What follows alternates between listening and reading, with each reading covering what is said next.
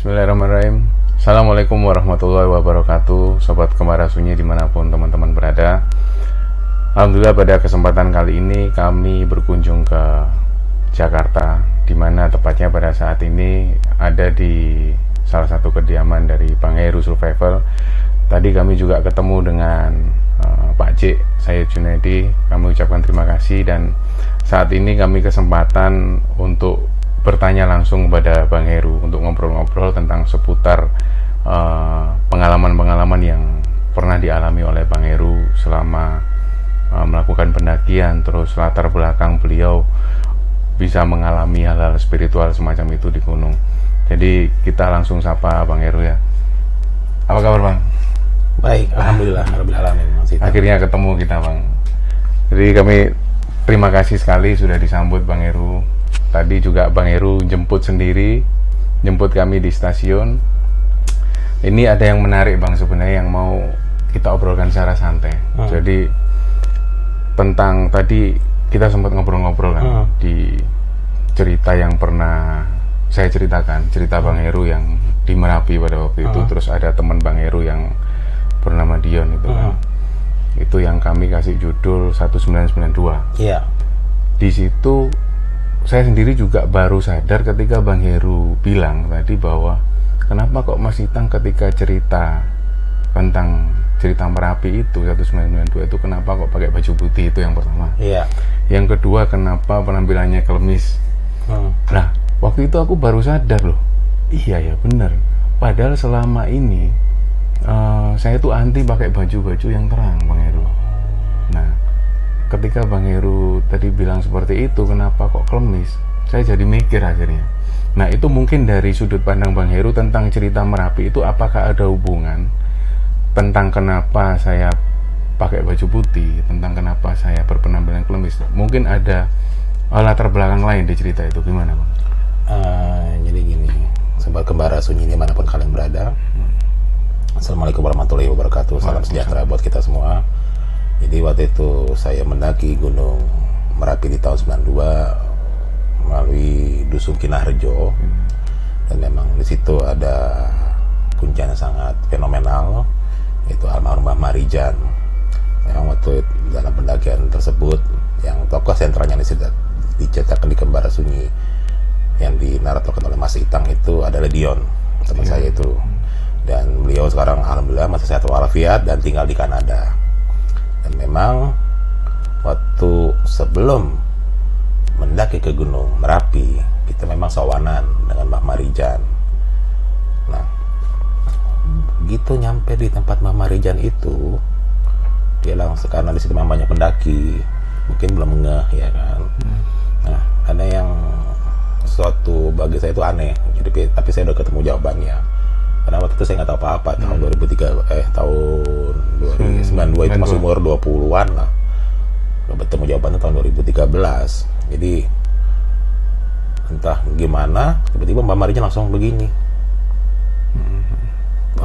Bah, kayak begini sama saya, terus nyamperin kayak seolah-olah kayak apa ya, Mbak Sendiko, seorang abdi dalam. Iya, Mbak jangan begitu, saya orang biasa Mbak. Sampean siapa? Ini dalam bahasa Jawa ya, karena Mbak Marijan itu tidak bisa bahasa Indonesia. Jadi terjemahan teman saya. Apa artinya? Kok dia, maksudnya beliau kok ini? Kata Mbak Marijan, lo bilangnya teman gitu kan, yang si Kamal itu masih ada terah keturunan dari kerajaan terakhir Majapahit. Ah masa sih? Saya kan waktu itu nggak tahu. Terus gitu, Mbak Marijan Terus sepanjang itu dia diem aja, dia nunduk aja, nunduk. Kan kita bingung. Nah, gak lama kemudian, ya udah silakan menikmati hidangan. Ada kayak singkong rebus, kopi. Dia ke dalam, diganti salin pakaian, bajunya putih, tapi sini kain jarik. Bentar bang, Bang Marijan ganti baju putih. Baju putih, kemeja panjang. Dan waktu aku ceritanya Bang Heru itu aku pakai baju putih. Persis, cuman warnanya agak gading, rapi gitu, pakai belakang. Iya benar. Bajuku waktu itu nggak putih-putih bang, aku merinding samaan. Waktu itu bajuku nggak putih banget, tapi putih gading. Iya, putih gading, putih gading. Ketemu jawabannya sekarang, berarti memang pada waktu itu memang Bang Marijan pakai baju putih gading. Iya. Tapi waktu Bang Heru mengirimkan cerita ke Kembara Sunyi, Bang Heru nggak cerita soal itu kan? Nggak cerita ya? Cerita. Nah, jadi memang teman-teman, jadi pada waktu Bang Heru kirim cerita email itu, ini awalnya dulu ya Bang. Iya. Awalnya Idris bilang, Mas Itang, ada cerita Merapi dari Bang Heru.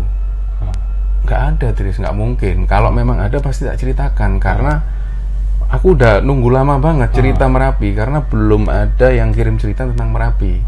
Nah, waktu dapat kabar dari Idris itu ada cerita dari Bang Heru tentang Merapi. Coba Idris tembusi lagi, mungkin Bang Heru salah email atau apa. Ternyata benar kan? Bang Heru salah kirim emailnya keliru. Terus begitu itu kirim, langsung tak baca, tak riset, tak dalemi. Tapi waktu itu Bang Heru nggak nyebutin kalau Bang Marijan pakai baju putih gading, ya kan? Nggak nyebutin. Nah, jadi ketemu ya, berarti. Nah, pada waktu itu, waktu aku cerita itu aku sendiri nggak ngerti. Waktu itu istriku juga tanya, karena yang tahu betul itu istriku, karena, loh kenapa kok pakai baju putih, kok tumben? Nggak apa-apa, biarin. Nah, sebelum aku cerita, aku tuh mandi, kemis, terus aku wudhu, sholat 2 rakaat, terus pakai baju putih itu. Kok tumben? Nggak masalah, terus aku sisiran kemis gitu. Ternyata itu Bang, Bang Marijan pakai Pak. Jadi ada yang mungkin terlongkap dalam cerita saya itu, karena saya nggak ngerti Bang Marijan dalam ngomong bahasa Jawa yang terjemahan si Kamal. Bah, kenapa repot-repot, kenapa dandan? Jadi ini saya udah reconfirm dengan teman saya Kamal itu. Ya nggak enak itu masa menghadap apa ya, kalau bilang itu priayi atau bangsa, masa saya pakainya seperti ini. Ya ampun, sampai begitu mal. Iya, Bang Marijan tuh gak enak banget. Maksudnya masa saya menghadap seorang, ya istilahnya, saya bukan raja, bukan ya, mungkin dari terah itu ya, saya mesti rapi, dan itu rapi banget Bang Marijan, pakai parfum juga, dan dia pakai, biasa ciri khasnya pakai belangkon gitu. Di situ Bang Marijan diem aja, senyum aja, seolah-olah dia bisa membaca perjalanan kita gitu. Dan juga memang ada yang aneh juga, yang tidak saya ceritakan di email itu. Jadi itu ajan maghrib apa isya gitu kan, ada pendaki juga, yang lainnya pada, wah misi mau nembak salat, oh ya monggo. Terus ada nyeletuk, kok Mbah, mohon maaf ya, kok nggak sholat? Mbak Marijan senyum aja. Nah, rupanya antara kita ngobrol, Mbak Marijan tetap ngobrol dengan kita, sembari dia ngeliatin si Dion itu dengan rokoknya, dengan lagunya petenteng, dia begini kakinya, mohon maaf begini, dia ngeliatin aja. Nah, yang si pendaki itu ngobrol sama teman saya, tiba-tiba dia pingsan. Nyata yang dilihat, dia mau ngambil air wudhu, dia lihat sosok Mbak Marijan lagi sholat dari ruku, dia pingsan. Jadi lihat begini, loh ini ngobrol, loh ini sholat. Jadi ada 2 Mbak Marijan. Ya ada 2, katanya ya, mohon maaf katanya, itu menurut dari si pendaki itu. Ya nggak tahu juga, mungkin ya kalau saya bilang sih, menurut saya sih setelah dapat pencerahan, ya udahlah, nggak usah, ya pun gitu orang tua nggak usah istilahnya nggak usah diguruin. Ya istilah kita kan, sholat loh, ya nggak usah disuruh. Iya. Ya seperti itu menurut saya sih. Itu. Mungkin itu gambaran. Terus tentang sosok, mohon maaf, sosok Dion sendiri itu memang sosok ada ya, memang. Iya. Memang sahabatnya Bang Heru, dan iya, itu panggilannya. Sampai sekarang masih sampai sekarang, dan masih tetap didengerin itu kisah itu yang dari Kembara Sunyi. Dan itu di akhir cerita si Dion ini mengalami satu trauma yang beliau nggak mau lagi ke Gunung Merapi, tapi di gunung lain mau ya. Mau. Sampai segitunya, Bang. Iya, dan insya Allah kalau pandemi COVID berakhir di Indonesia, dia mau datang ke Indonesia. Gitu. Oke, lanjut ke ini, Bang. Terus nggak lama kemudian Bang Heru kirim cerita lagi nih. Kirim cerita lagi, terus tapi waktu itu cerita tentang ada hubungannya dengan ini. Pada waktu naik ke Merapi, Bang Heru kan nggak tahu Mbak Marican tangannya seperti ini. Bang Heru belum tahu. Tapi begitu tahun 2013 itu baru tahu karena bibinya Bang Heru yang cerita. Iya, bibi Pak D cerita tentang terahnya seperti ini. Iya. Gitu. Jadi saya sempat membaca email yang dikirim Bang Heru pada waktu itu, cerita tentang awal mula ya, Bang. Jadi ada satu kejadian yang memang dramatis pada waktu itu. Waktu Bang Heru ini, Bang, yang aku ingat itu waktu di rumah sakit. Bang Heru kan 11 bulan ya di cerita itu. Terus tiba-tiba di rumah sakit itu suasana jadi hujan yang deras, angin kencang. Terus tiba-tiba lampu rumah sakit ini padam. Kemudian ada buyutnya Bang Heru di situ. Jadi yang dimaksud buyut ini memang buyut yang udah lama meninggal. Itu bisa ceritain nggak, Bang? Maksudnya awal mula kenapa kok Bang Heru punya pikiran ingin cari tahu tentang ini? Jadi memang saya dapat cerita komplitnya di tahun 2013 pas umur saya 40 tahun.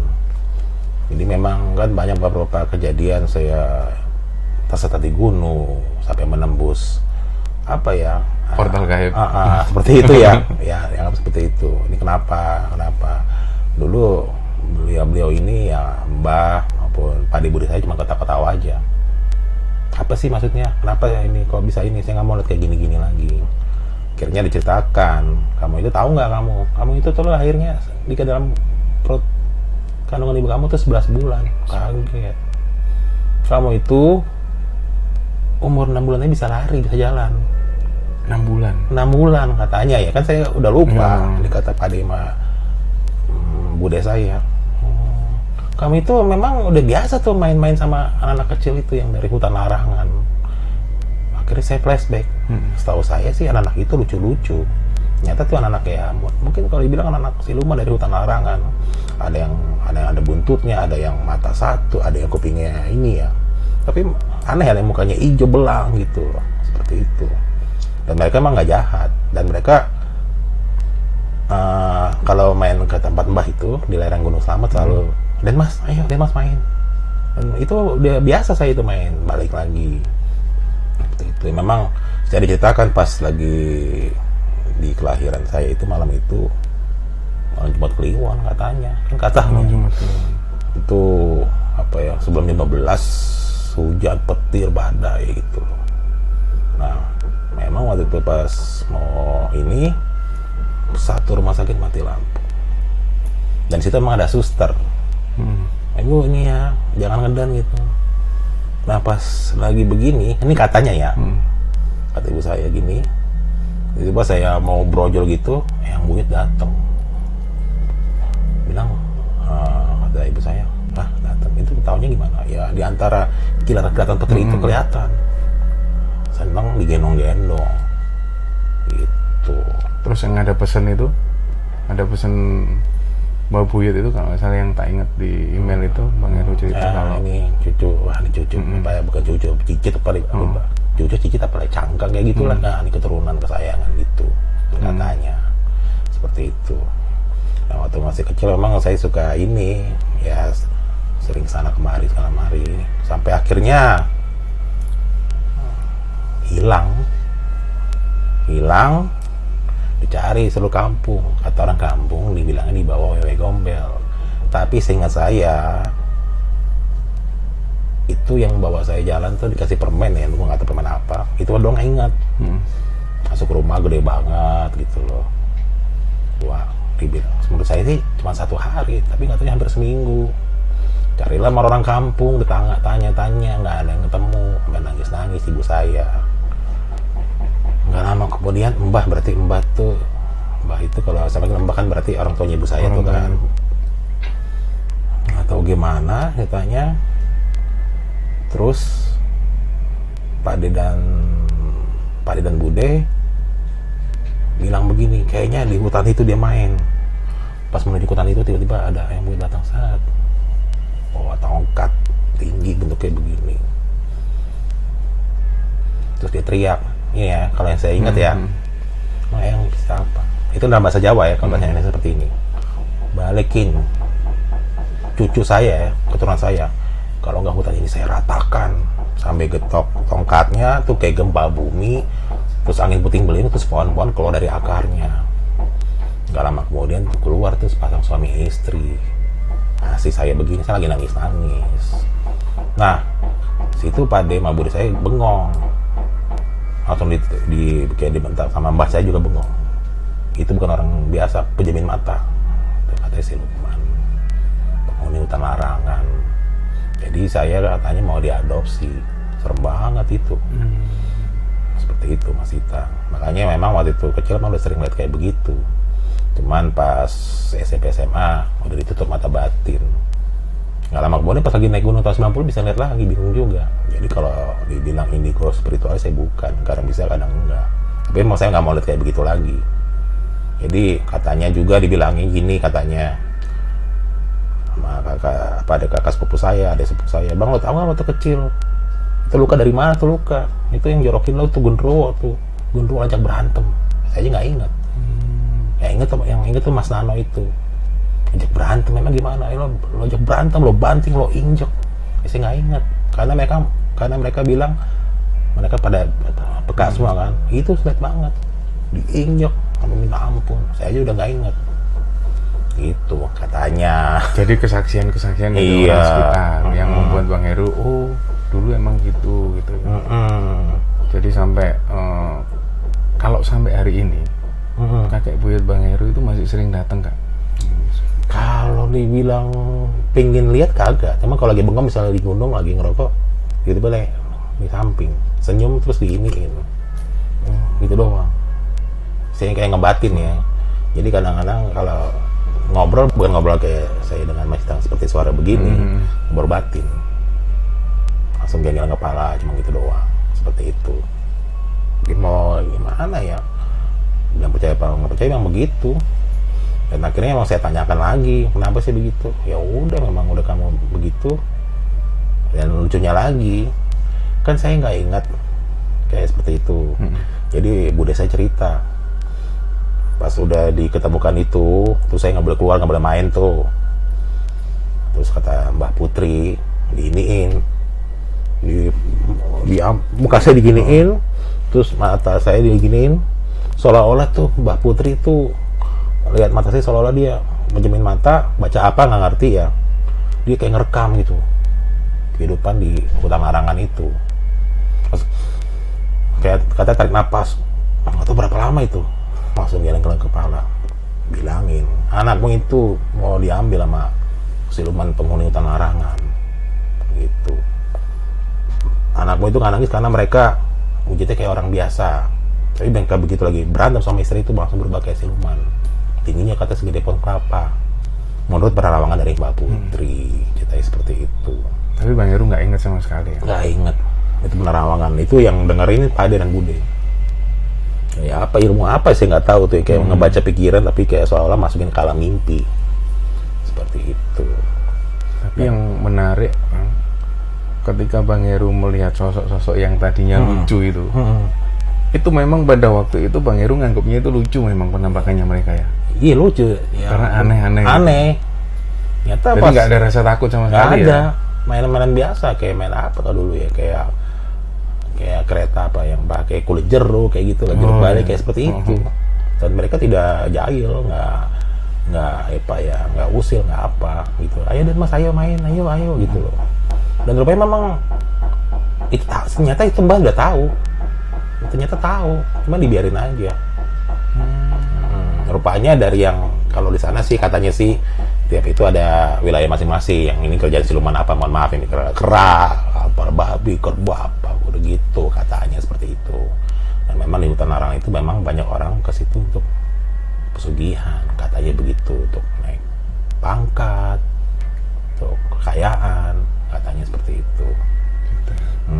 serem juga, dan nggak mau lagi deh kayak gitu. Jadi kalau dibilang lihat penampakan kayak kuntilanak, pocong, itu udah biasa, udah makanan. Emang mereka jahil emang. Saya pernah itu yang itu gara-gara ini dijorokin.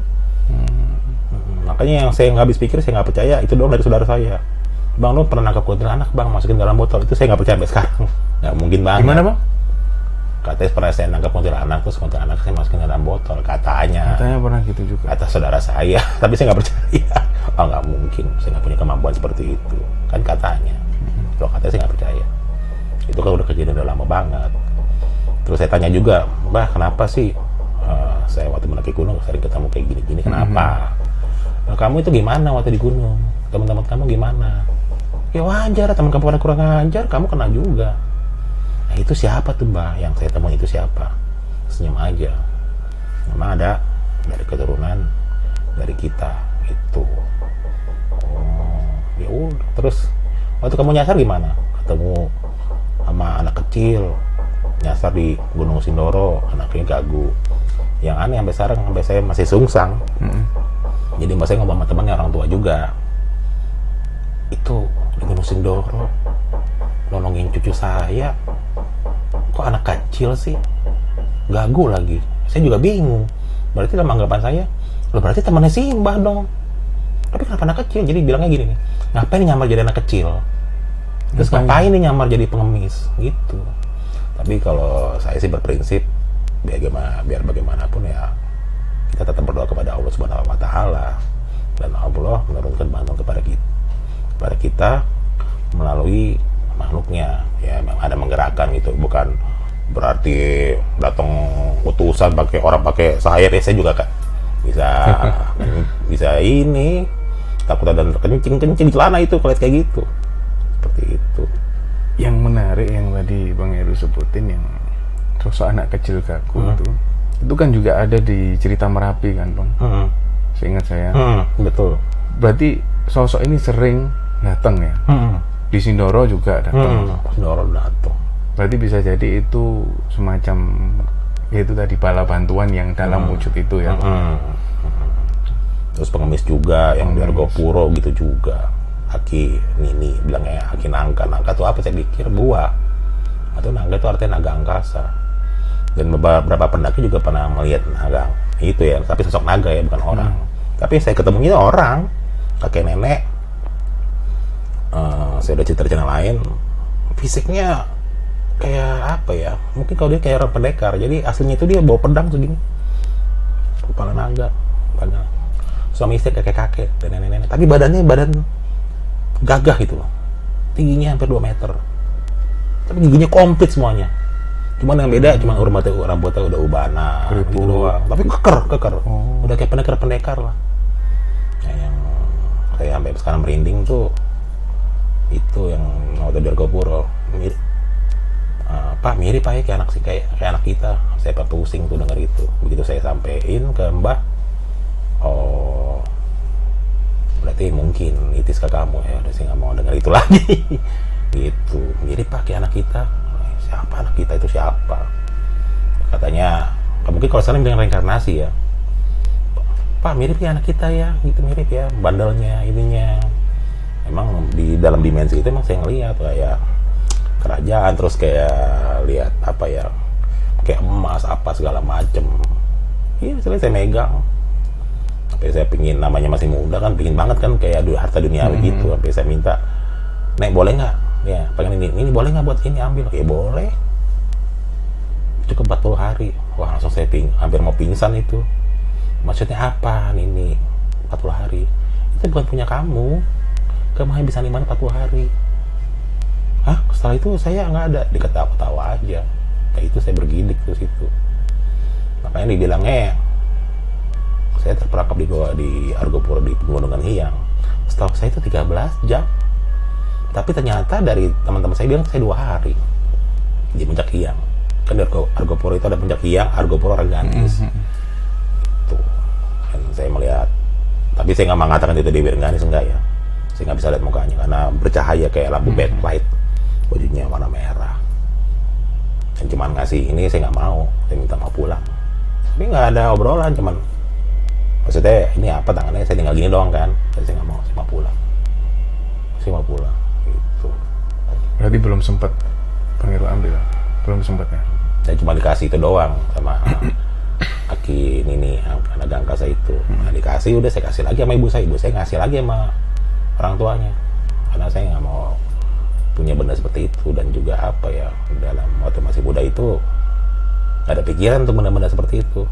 Mungkin benda-benda itu sekarang mungkin banyak dicari sama paranormal.